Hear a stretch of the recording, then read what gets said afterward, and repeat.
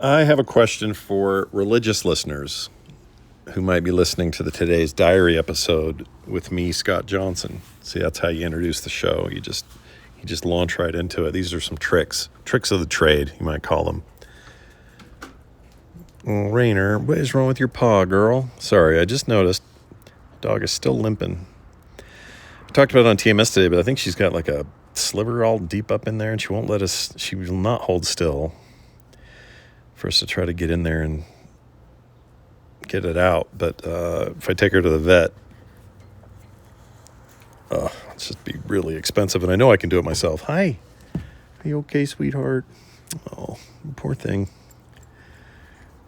Anyway, religious question. Sorry, keep you hanging there on the point of all this. What? Oh, you bringing me food? All right, hold on, everybody. Let's put this on pause. All right, I'm back. Sorry. Everybody came out here all at once. Kim brought me food. Dogs came out. Carter came out. It was a freaking patio party for a hot minute. So I'm back though, and so let's get to the damn question. Gosh dang it! All right, so religious folks in the community. I want to play some audio for you, and I just have a question about this. Before I play it, though, just a quick note that one of the things, so I grew up in a household that went to church all the time, and one of the things that, as a family, we just sort of either knew it intrinsically or my parents were just good at sort of conveying this, was that regardless of who you are or what you believe, your belief in something that you couldn't directly prove to somebody else didn't afford you a position of non-scrutiny. In other words, if people thought you silly for your beliefs or thought you wrong or whatever the thing it was, they just didn't believe it, you were not automatically somehow protected from criticism, from ridicule, from any of those things. There was no like sacred cow just because you were religious, regardless of affiliation, that would protect you from somebody saying, well, that's stupid, because that was just as much their right to say as it was your right to have, some belief or faith or whatever.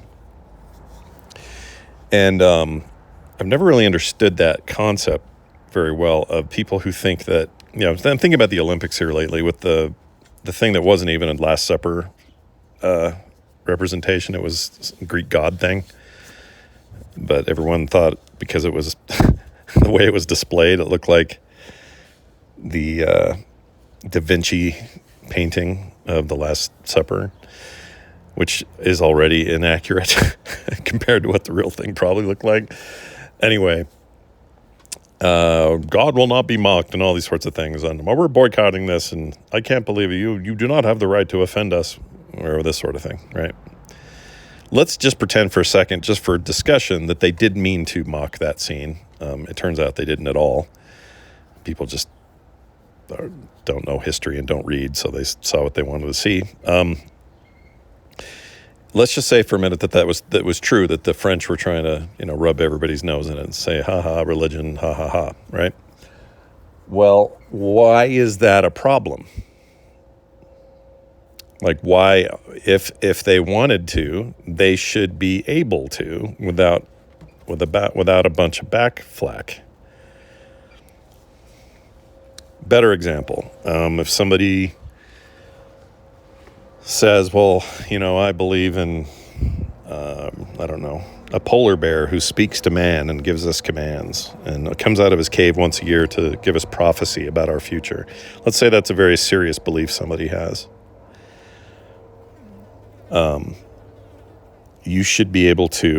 People should be able to not only disagree with that, but openly go, that's really stupid and weird.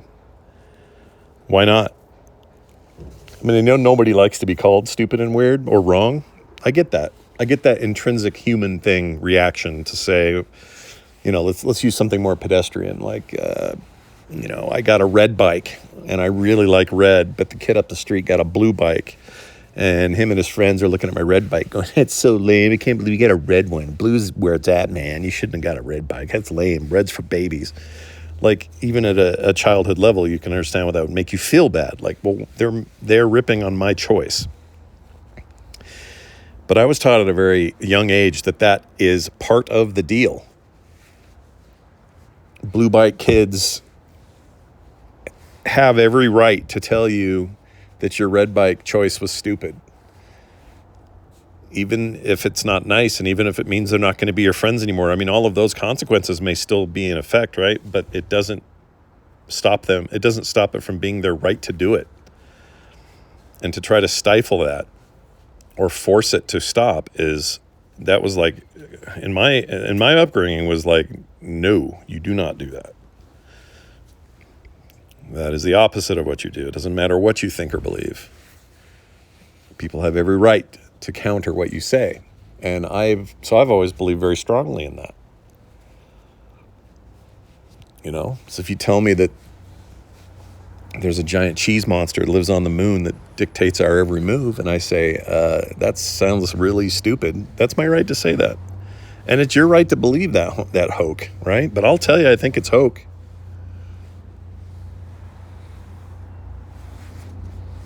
You know what I mean? I think when as a society, we get to a place where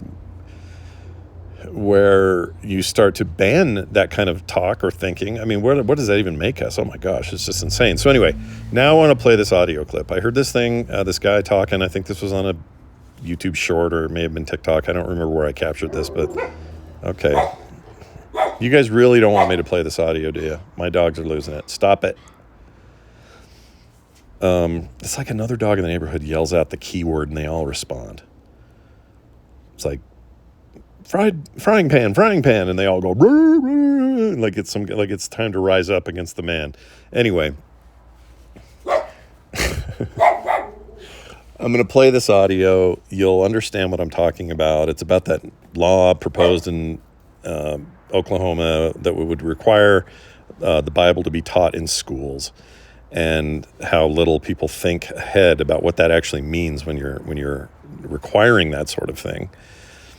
Requiring the study of a thing isn't the same as having Sunday school. Anyway, he gets into it and explains it, and it just was, to me, this just washed over me as such a true take, such an honest, true take on the whole thing, and how ridiculous it actually is to try to mandate this sort of thing. So anyway, I'll let him have his way, and then I'll be back, and we'll pick up after that. A new law in Oklahoma states that you have to teach the Bible in school. And I don't know if they fully thought that through, because you're going to end up with a lot of atheist teachers teaching the Bible, which means there's going to be a lot of critical readings of the text. Ironically, the people who really want their kids to know the Bible would probably much rather a pastor or a church teaches their children about the Bible. Because when these teachers start doing critical readings of the Bible, when they start teaching the stories that are in there, the way that they were written, it's not going to be like Sunday school. You're going to end up with kids who have a lot of questions for their parents, for their pastors, and their parents are going to be like, oh, they're not teaching it right, but they are. They will be teaching it right. And then you're going to have people going to the legislature and being like, you need to mandate how this is taught. You need to tell them how to interpret the text, because they don't want it to be treated like literature. They want religion to be taught in school. But religion is the interpretation and the application of the text.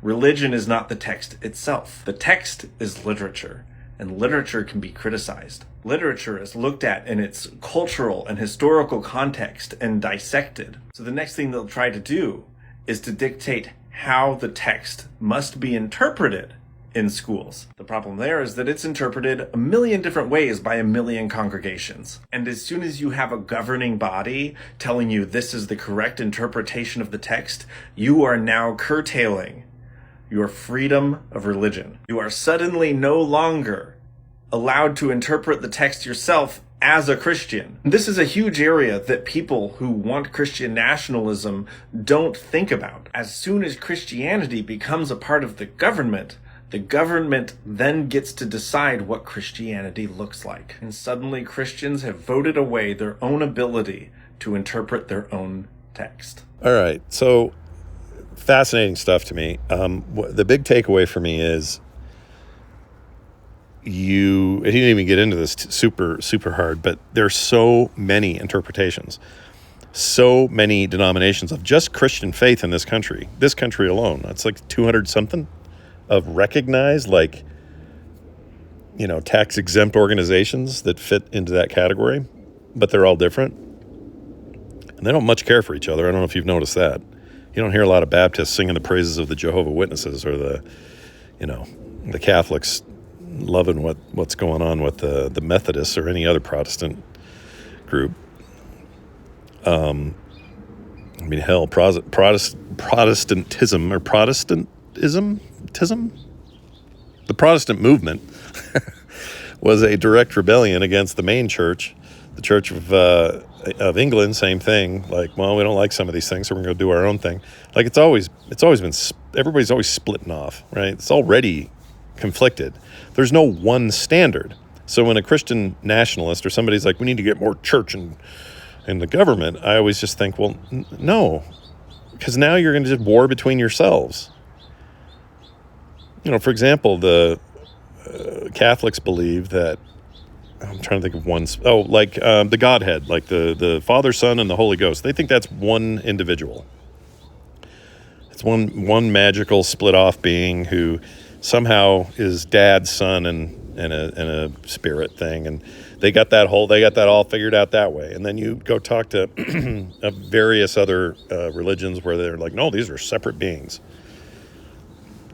And like, how are you going to reconcile that in your classroom, your public classroom, where you have teachers of various faiths or no faith at all trying to do curriculum around a book that is entirely about interpretation? That's just wild to me that's even you could even expect that to work. And there are examples of this around the world. Like, no other religions are exempt from this, not just Christianity. When you see Islam try to do this and have one standard, it causes like serious wars and horrendous splits and, awful stuff.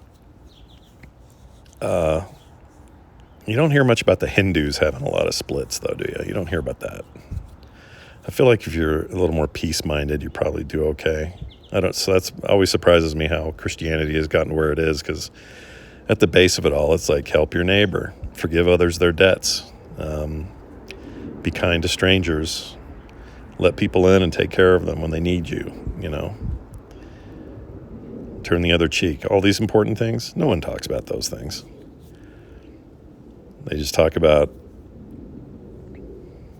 well, I don't want to get into it. Then we're into politics, and I'm not really interested in that right now. Although this is all inexorably connected at the moment. Like, we're having a moment here where you can't really separate the two.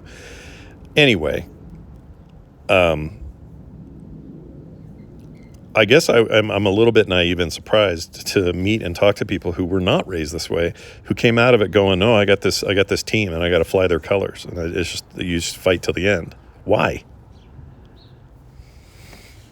Like, religion, in my opinion, okay, it's important to say that, I guess, is a incredibly personal thing. It's when people apply it to mass, how do I put this? Like, kind of keep it to yourself, or at the very least, don't expect everybody to walk around eggshells because you have a certain bent.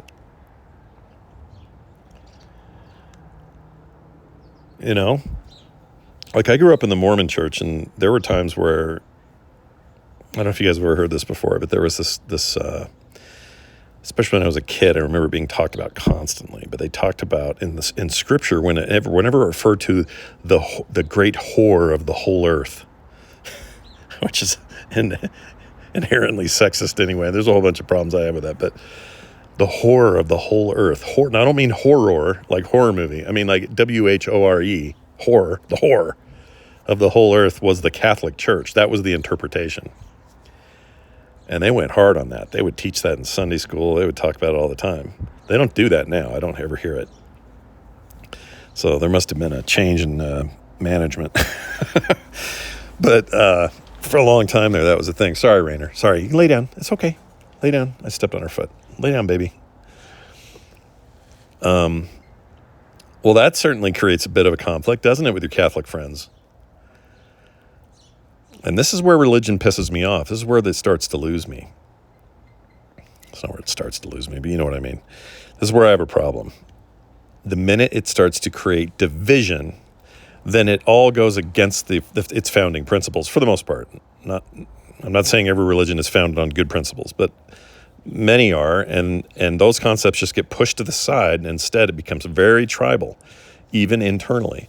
So this when Christian nationalists say we need one religion, one devotion, we need the Lord back in the thing. That's somebody talking from a very specific 1,000-person, very white congregation in Colorado versus somebody in a very diverse or black church in the South, or, none of these things, they don't get to the same table. They don't agree on stuff. So this complete lie that is the whole of Christianity is united behind one banner, that's ridiculous, dude. That's crazy talk. That doesn't exist. That's never existed. It didn't exist while Christ was still around. If you are going to believe in the book you all want in schools, I don't say you all, but whoever wants it, then you would believe that you forget that Peter denied Christ 3 times. It's like, I don't know who that is. That dude was covering his butt, man. There was trouble then. One of his best friends, most devoted apostles, freaking completely caves to getting money for exposing him and telling the Romans where he is and what he's doing, and didn't go well for him in the end. But you know what I mean? That's not. It's never been unified. You know what else I hate? Let me tell you the other thing I really dislike. I dislike the automatic blame on the devil. It can't possibly be other people treating each other poorly. It can't possibly be people trying to out-pious one another.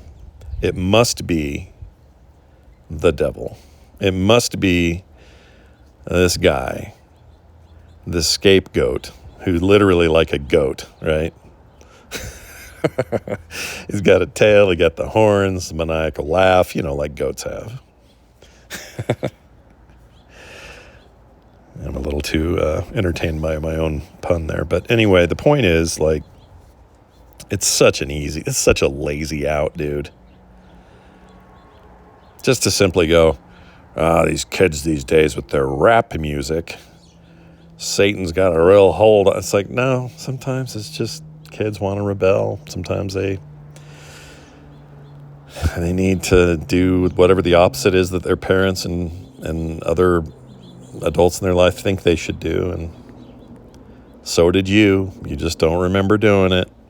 I especially get mad now at other fellow Gen Xers who are acting all high and mighty, as if they weren't the ones listening to Black Sabbath and Van Halen and AC/DC and Megadeth and Metallica, as if they weren't the ones sneaking out to see Porky's or,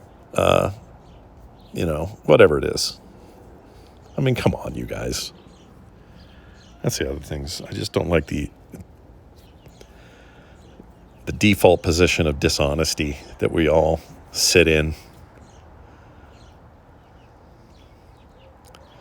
I've been accused of oversharing on this podcast. That is kind of the point. But I would I would much rather be known for yapping about it. They say loose lips sink ships. I say loose lips